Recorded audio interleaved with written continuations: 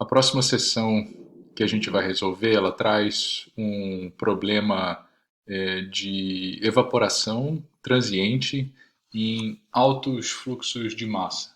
Na verdade, ela é o problema da sessão anterior, aquele que nós resolvemos pelo método da similaridade de Boltzmann, só que com o fluxo de massa, né? O fluxo de massa evaporativo.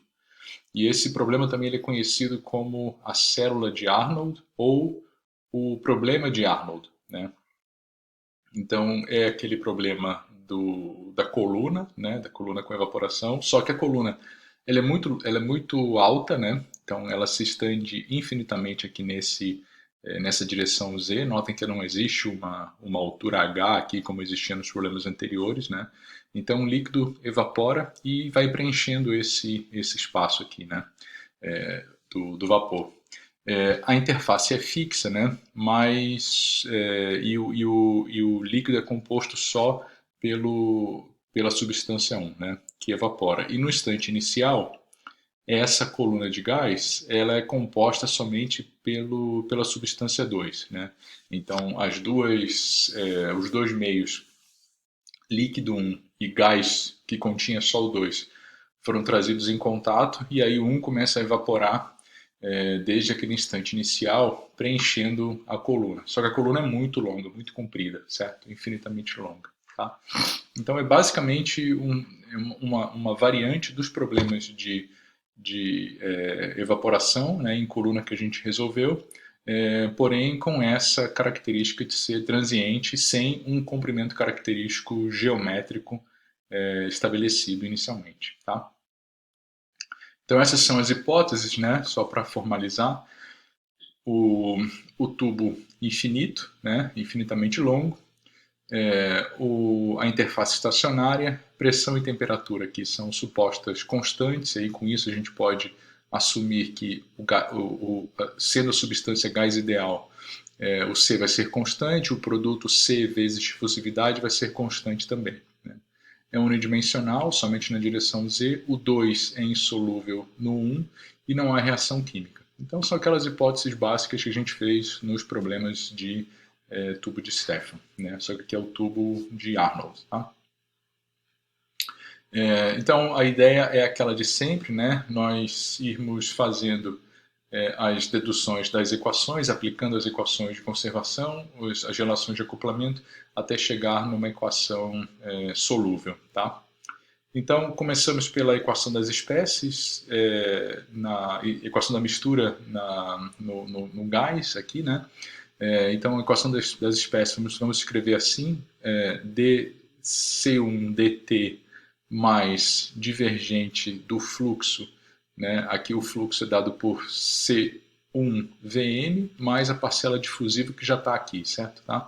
Então, já eliminei alguns passos aí.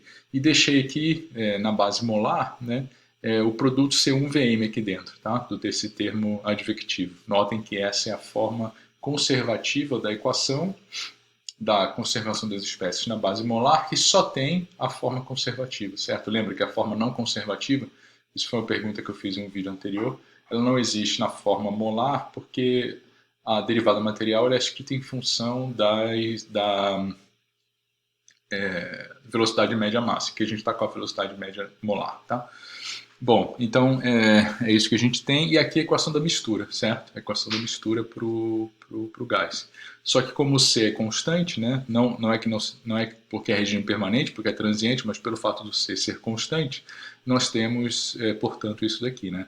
Que o ddz de CVM é igual a zero, C constante sai para fora aqui, o ddz de VM é igual a zero, então daqui vem que o VM é só função de T. Ou seja, essa velocidade VM, o que ela é?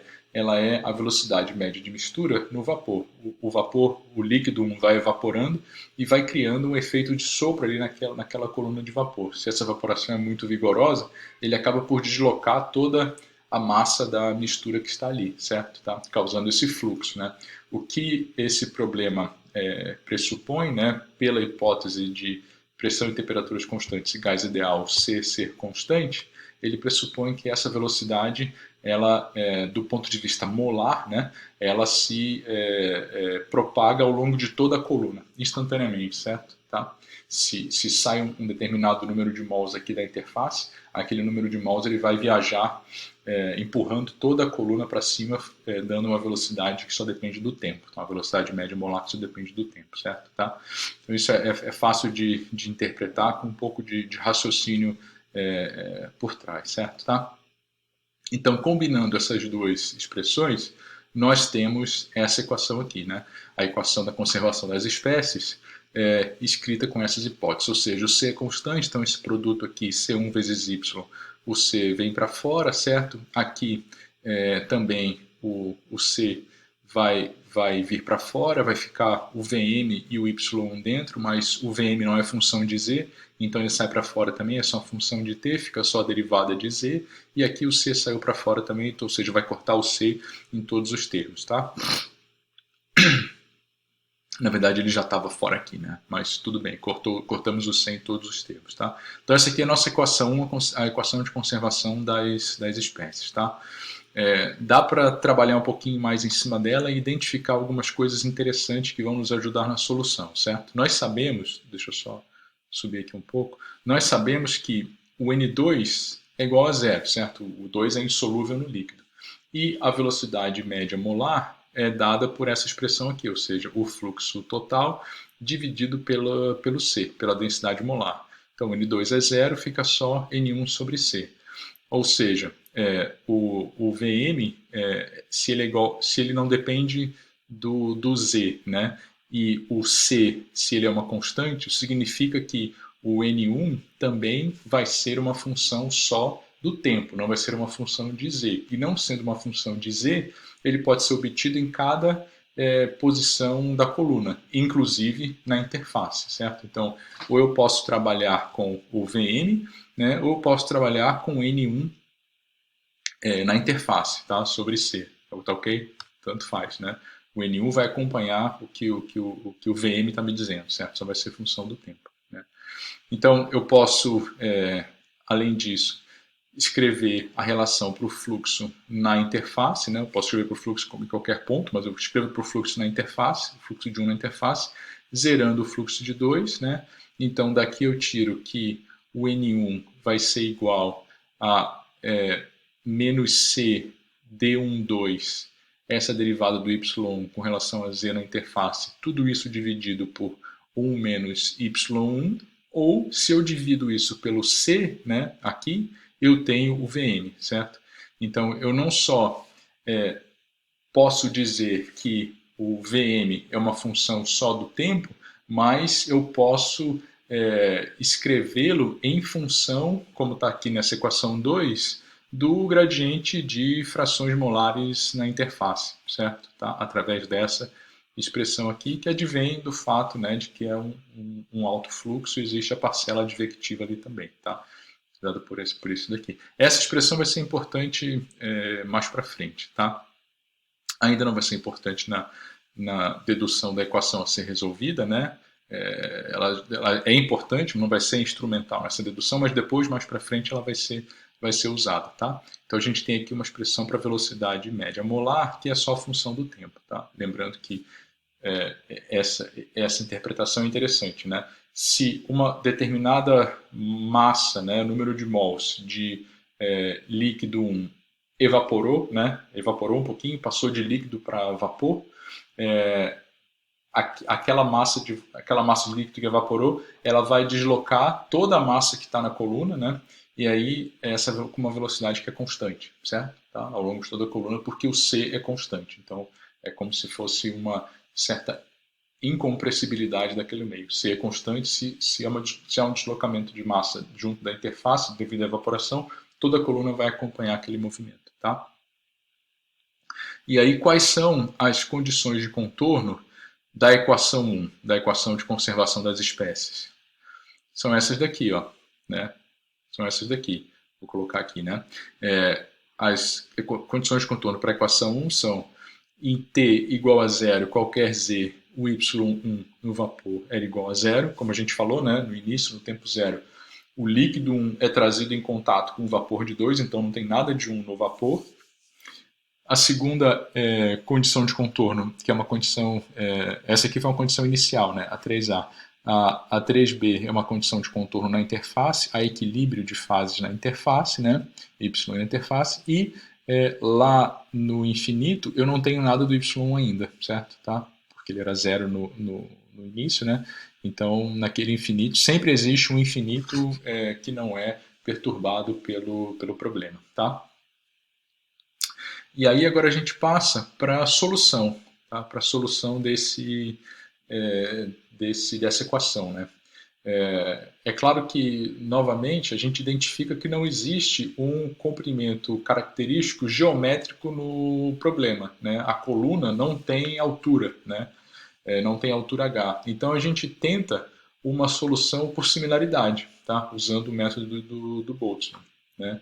Então é exatamente a mesma filosofia, né? Aqui a gente vai ter uma espessura de penetração do soluto, né? Vai existir uma camada limite que vai crescendo com aquela frente de evaporação e presença do soluto, né? Subindo a coluna. E essa frente a gente pode dizer que ela tem uma espessura delta, onde esse delta ele vai ser proporcional, né, à raiz da difusividade tempo. Portanto, a nossa variável de similaridade, né, ela é proporcional a z sobre esse delta, e aqui eu estou colocando z sobre 2 raiz de d12t. Tá? Eu coloquei esse 2 aqui por conveniência, porque lá na solução passada aparecia um fator 1/2, né? Se vocês lembrarem lá, voltarem umas páginas aí, vão ver que tem um fator 1/2 lá. Então, eu estou colocando esse 2 justamente para eliminar aquele fator 1/2 da solução. Não importa nada, depois ele vai aparecer se eu não colocar aqui, tá? E o θ é simplesmente o y1 pelo y1 na interface, tá? Só para normalizar, ele já é dimensional, mas estou só normalizando entre 0 e 1, tá? Tá certo? Então, essa intenção de resolver pelo método da similaridade pressupõe que uma transformação de variáveis é necessária. Tá? E essa transformação de variáveis é o que vai aparecer aqui agora. Tá? Então, vou colocar aqui na tela cheia para ficar mais fácil. Né? Então, é a mesma ideia do problema anterior. Né?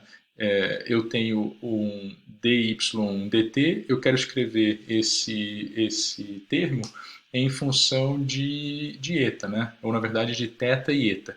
Então, aqui só para constar, isso aqui é igual a y1i vezes dθ dt, né? y1i, agora a regra da cadeia, dθ deta dt, dθ deta é o θ em função da variável de similaridade para transformar de equação diferencial parcial em equação diferencial ordinária.